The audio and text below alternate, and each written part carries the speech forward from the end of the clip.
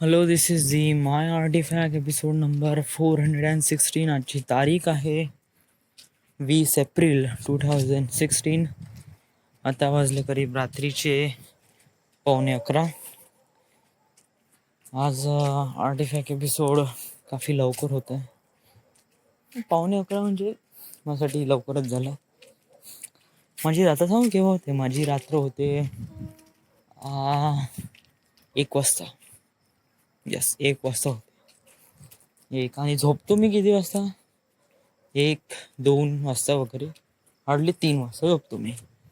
आणि उठतो किती वाजता? सकाळी 7 वाजता. 7-7:30 ॲव्हरेज टाईम.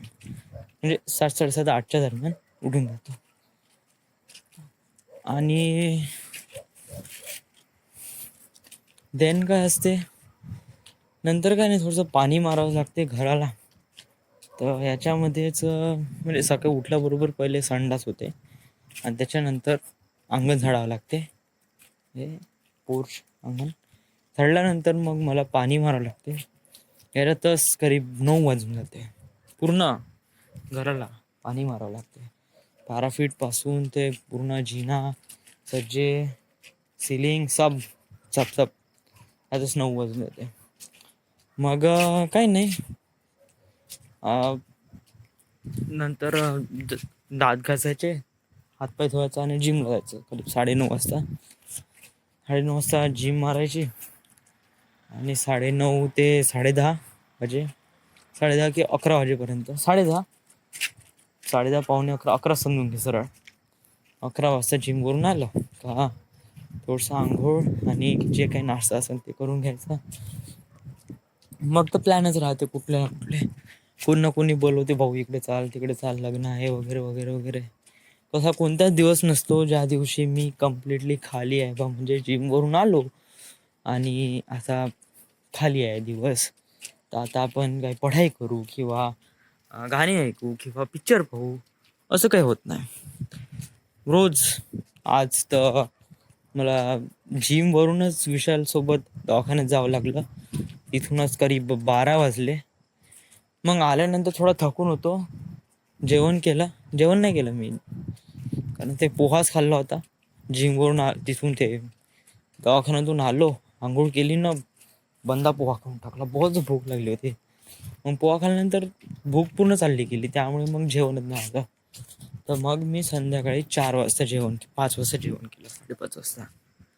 दुपारी झोपतो मी मोस्टली 2-2:30 वाजता वगैरे झोपून घेतो. ते 5 वाजेपर्यंत हार्डली 2 घंट्याची झोप. आणि देन मग खेळायला जातो 5-5:30 वाजता. 5:30 ते 7-7:30 वाजून जाते, 2 घंटे.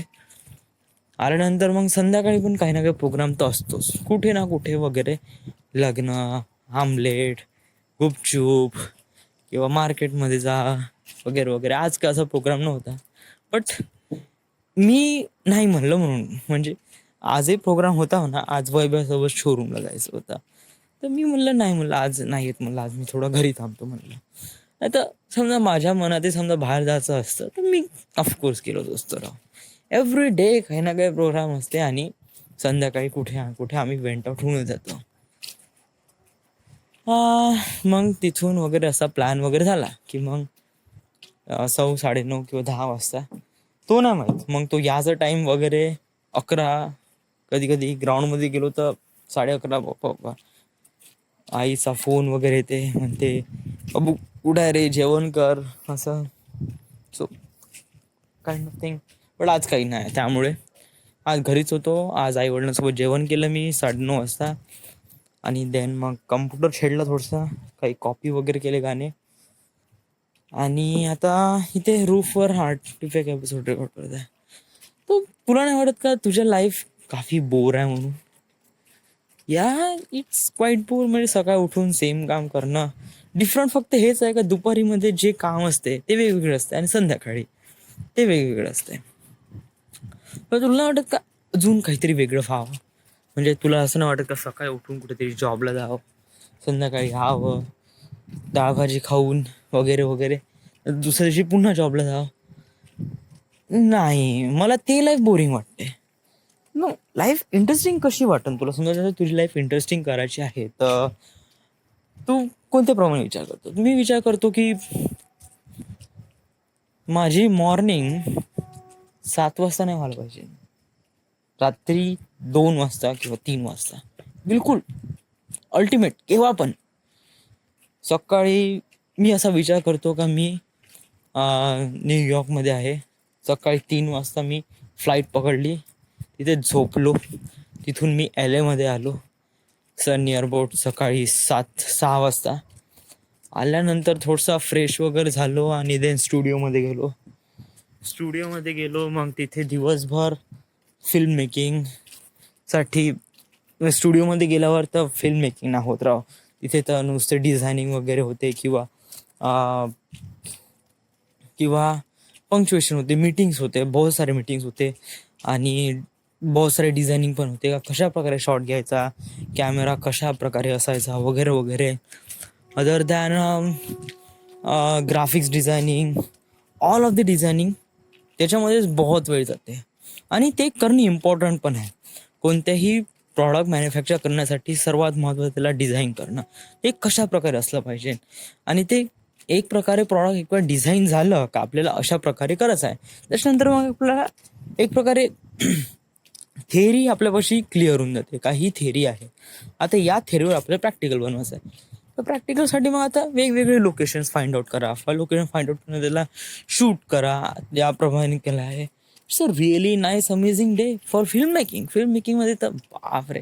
आता जस्ट लाईक मी एक दिवस फ्युचरला माझ्या फ्युचरमधला एक दिवस मी हे करतो. 27 मार्च 2019 मी यावेळेस शूटिंग करत होतो बायनरी कोड नॅशनल सिक्युरिटी दिल्लीमध्ये, न्यू दिल्ली. तर या दिवशी काय झालं, म्हणजे या दिवशीचा आर्टिफॅक्ट एपिसोड कसा असू शकते.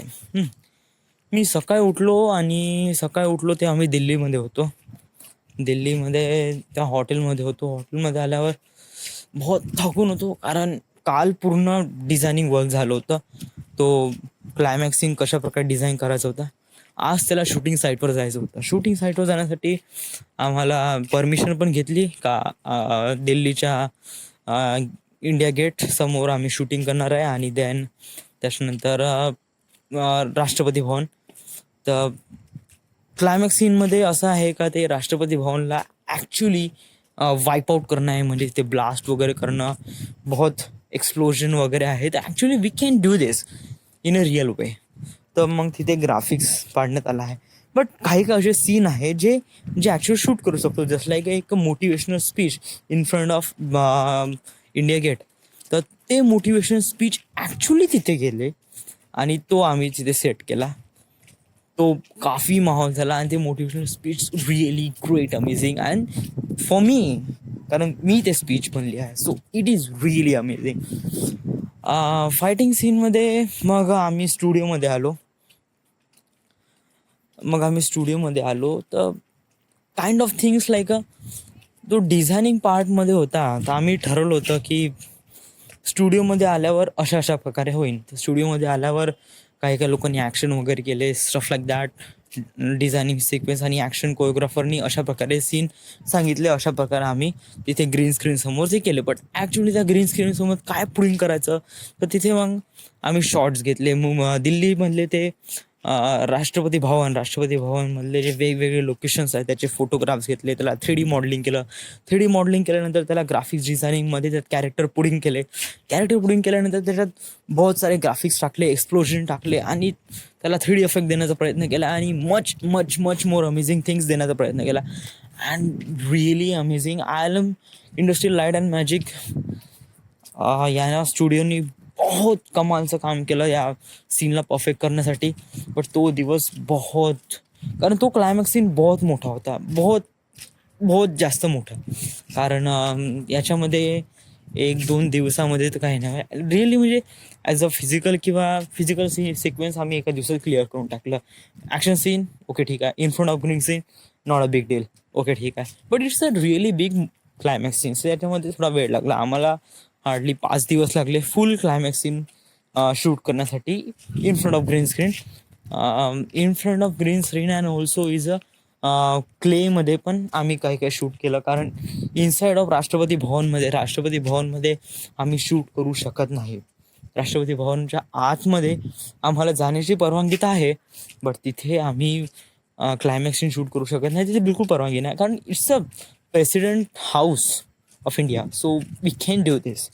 सो आम्ही मग एक पहिले ॲक्च्युअल इमेज तयार केली, ॲक्च्युअल राष्ट्रपती भवनचं निर्माण केला, म्हणजे ते आतून ॲक्च्युली असं असते त्याला दाखवण्याचा प्रयत्न अशा प्रकारे केला.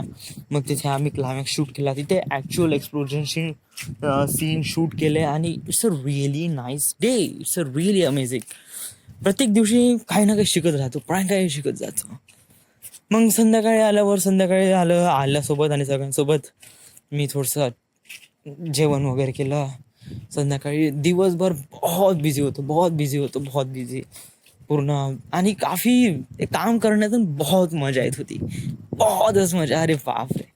त्यामुळे नाही का तो दिवस नाही का फुलफिल वाटे. त्यामुळेच आर्टिफॅक्ट एपिसोड रेकॉर्ड करण्यामध्ये पण बहुत मजा येते. मग आज दिवशी हे काम केलं, ते काम केलं, म्हणजे फ्युचरमध्ये आर्टिफॅक्ट एपिसोड असाच रेकॉर्ड करणार, इवन मोर दॅन दॅट. जेव्हा मी माझे फ्युचर किंवा माझी डेस्टिनी क्रॅक आउट करीन, it's a really amazing day for my artifact episode and really amazing day for me. कारण this is I made up for this. मी त्यासाठीच बनलो आहे, मी फिल्म मेकिंगसाठीच बनलो आहे, आणि फिल्म करिअरसाठीच मी इथे जिवंत आहे, बाकी कोणत्याच गोष्टीत नाही. राहू तू किती प्रयत्न कर, तू मेकॅनिकल इंजिनियर होऊन किती 10-15 हजार जॉबला, तुझं मन बिलकुल सॅटिस्फाय राहणार नाही. तू का विचार करशील राव, जॉबमध्ये जाशील, पूर्ण घासून घेशील, ठीक आहे 20-30-40 हजार रुपये पगार घेऊन घे ना, काही नाही होत तुला, राहू दे 40 हजार रुपये पगार का करशील. ठीक आहे 40 हजार पगार भेटल्यानंतर घरी आला, आता दुसऱ्या दिवशी जॉबला जायला लागेल, 40 हजार रुपये स्पेंड करायचे तर आहे, पण कसे स्पेंड करू, टाईम नाही आहे, राव, टाईम नाही. पण याच्यामध्ये कसं आहे, माझ्या करिअरमध्ये जे काम करण्यामध्येच नशा आहे राव, आणि याच्यामध्ये मला पैशाची गरजच नाही, कारण मला जेवढं सॅटिस्फॅक्शन भेटते मला कामामध्येच भेटते. पैसा खंटा काही नाही करू शकत, ते तर फक्त जस्ट इक्विव्हॅलंट आहे टू डू सम वर्क, बाकी तर काहीच नाही, नथिंग, रिअली नथिंग. म्हणजे फ्युचरचे artifact episode is a much more amazing, much more fascinating. जेव्हा नाही का आपल्या मनाचं काम जे आपलं करायला भेटतं ना, जेवढं चांगल्यानं करतो ना तेवढंच चांगलं बनते. बायनरी कोड नॅशनल सिक्युरिटीमध्ये मी ज्याप्रमाणे डिझाईन करतो आतापर्यंत, फ्युचरमध्ये पण त्याचप्रमाणे डिझाईन करीन, आणि ते करण्यासाठी जे लोक मला भेटेन, ते मला सपोर्ट करेन, those people are really awesome and they help me to make this really amazing film and amazing fascinating picture. So it is so awesome and so amazing, really great.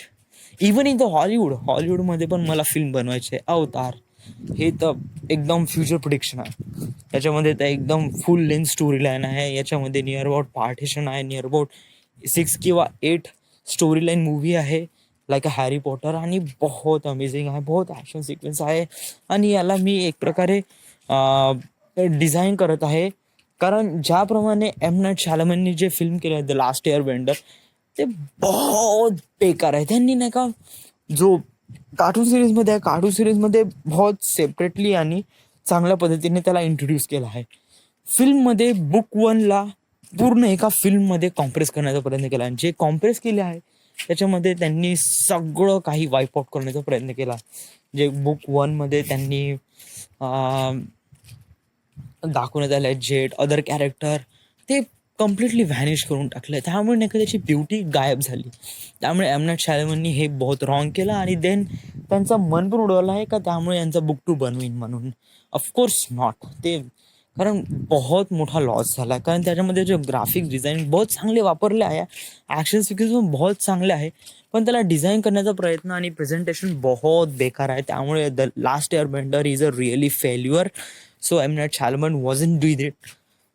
मग त्यांनी पुन्हा नंतर हे फिल्म बनवण्याचा contract नाही घेतला आहे. But मला माहिती आहे त्याला कशा प्रकारे इंट्रोड्यूस करायचं, आणि कशा प्रकारे डिझाईन करायच्या, कशा प्रकारे कॅरेक्टर इंटॅक्ट आणायचे, आणि इट इज़ रिअली नाईस. बहुत अमेझिंग स्टोरी लाईन आहे आणि बहुत अमेझिंग ग्राफिक्स आहे. जर याला प्रॉपरली युटिलाइज केला तर it's a really nice story line and really amazing. बस फक्त थोडासा विचार करायची गरज आहे आणि थोडंसं दिमाग लावायची गरज आहे. बस. माझी लाईफ पुढे बहुत अमेझिंग आहे. बहुत बहुत बहुत. याच्यात स्ट्रगल आहे, याच्यात थोडसे काळकूळ आहे, याच्यात रड आहे, क्राय आहे, याच्यामध्ये हॅपीनेस आहे, याच्यामध्ये तर अरे बापरे बंदी गाण लाल करून दारू पिणं आहे, याच्यात तर अरे बहुत सारा सॅडनेस आहे, याच्यात रिलेशनशिप आहे, याच्यामध्ये लव्ह आहे, याच्यामध्ये थोडंसं डान्स आहे, याच्यामध्ये लाईफ इज रिअली ग्रेट. माझी लाईफ बहुत ऑसम आहे आणि मी बहुत ग्रेटफुल आहे का मला अशा प्रकारची लाईफ भेटन पुढे जाऊन. भेटन म्हणजे जस्ट मी डिझाईन केली आहे आणि याला मला भेटणारच आहे. याच्यात काही रॉंग नाही, याच्यात काही हे नाही. बस माझ्यामध्ये हिंमत आहे ते करण्यासाठी. So I can do this. Of course मी बायनरी कोड बनवीनच, हॉलिवूडमध्ये फिल्म बनवीनच. जे काम करण्यामध्ये नशा आहे ना, जे जे मी पहा आतापर्यंत सांगितलं, डे 1मध्ये मी सकाळी उठत होतो, पाणी मारत होतो, रिअली क्रिपी डे. दात घासून झाल्यावर जिममध्ये आलो, जिममध्ये आल्यानंतर मग थोडासा प्रोग्राम बदला, मित्रासोबत हँगआउट केलं, संध्याकाळी खेळायला गेलं, नंतर संध्याकाळी पुन्हा हँगआउट केलं आणि नंतर घरी आलो, झोपलो, आईवडिलांनी शिवा खाल्ल्या. नथिंग. Day is ending. काय आहे का याच्यामध्ये? काहीच नाही. पण आता सांग ना, मी जस्ट थोडंसं एक विचार केला का माझा फ्युचर आर्टिफॅक्ट एपिसोड कसा शकते. तर मी पाहणं किती बडबड करायला लागलो, किती सांगायला लागलो का मी दिल्लीमध्ये राहीन, माझं प्रेडिक्शन अशा प्रकारे राहीन, मी इकडे जाईन, मी याला आपलं डिझाईन करीन, ॲक्शन शूट इथे करीन, green screen, behind the green screen. बहुत काही गोष्टी मी आतापासून जे की मी बघितल्या पण नाही आणि जे मी रोज करतो त्याला मी सांगूशा नाही वाटत, आणि जे मी पुन्हा फ्युचरमध्ये करीन त्याला मी सांगू वाटते. So that is the evidence for you. You can do it my friend. तू त्याच्यासाठीच बनलाय. फ्युचरमध्ये तेच आहे आणि यू विल. फक्त तू होप नको सोडू, विश्वास नको सोडू आणि जस्ट स्वतः ताकद ठेव and then run for it. बस, बाकी काही नाही. मग जर तुला तुझी डेस्टिनी भेटली, तू का फील करशील? राव सांगितलं ना राव, म्हणजे किती अमेझिंग फिलिंग आहे वगैरे वगैरे. आता थोडंसं हार्ड मोमेंट आहे मला डिसिजन चॉईस करणं आणि त्याच्यानंतर त्याच्यावर वर्कआउट करणं. Kind of like a creepy thing and really difficult for me, but I can manage and it will be manage and yes it is. मी माझ्या लाईफमध्ये रिग्रेट नाही आहे का माझ्या लाईफ मला डिप्लोमा काढण्यासाठी 6 वर्ष लागले वगैरे वगैरे. बहुत काही रॉंग थिंग आहे माझ्यामध्ये. तर मी असं नाही म्हणत का मी याच्यात रॉंग आहे. ऑफकोर्स रॉंग आहे. मी कोणी म्हणलं का राव तू का गुंडाला, काय नाही, डिप्लोमा झाला आता झाला. किती वर्ष लागले? 6 वर्ष लागले राव. काय नाही, पढाईमध्ये माझा काही जास्त इंटरेस्ट नव्हता. 6 वर्ष लागले. बरं आता काय पुढे काय? पुढे काय नाही, थोडासा जॉब बघायचा आणि राहायचं. आता मी जॉब का म्हणतो, कारण आता मी त्याला हे तर नाही सांगू शकतो तुम्ही मुंबईला जाईन ना फिल्म बनवीन, मग तो 10 डाव क्युरियस होईल. मग तो सांगन बाबू, मग तो आपलं फालतूचं ज्ञान पाजन आणि फालतू ज्ञान पाजल्यावर मला डिसअपॉइंटमेंट करेन. सांगून त्याला फायदा का? त्याला काय घंटा माहिती त्याच्याबद्दल? काहीच नाही, काहीच नाही. हा विषय ज्याच्यासोबत छेडायचा ज्याच्याबद्दल खरंच मॅटर करते. आई वडील बहुत जास्त मॅटर करते, कारण जे बेसिक फंड आहे ते बेसिक फंड आई वडील प्रोव्हाइड करण किंवा त्यांची परवानगी सुद्धा तरी घ्यावं लागेल. त्यामुळे तुला त्याला सांगावंच लागेल, कारण ते तुझे आई वडील आहे. ऑफकोर्स मी अजूनपर्यंत कोणाला सांगितलं पण नाही. मित्रांना त्याचे आई व्यतिरिक्त अजून कोणालाच नाही सांगितलं, कोणालाच नाही, ना मित्रांना, विशालला, पिंटला, nothing nothing nothing nothing. Why? ते मॅटर नाही करत. ऑफकोर्स मॅटर करते, बट आता मॅटर नाही करून राहिले ते लोक फ्युचरमध्ये मॅटर करण. And they are really amazing friend. यांनी माझी लाईफ या 6 वर्षामध्ये 6-7 वर्षामध्ये जेवढे सितारे तारे चमकवले आहे माझ्या लाईफमध्ये, फक्त या लोकांनी चमकवले, या मित्रांनी चमकवलाय. So hats off them. मी लकी समजतो का ते लोक माझ्या लाईफमध्ये आले. Yes. So this is the My Artifact episode number 415 right now. 416 right now. We are at Wardha, Maharashtra. Thank you.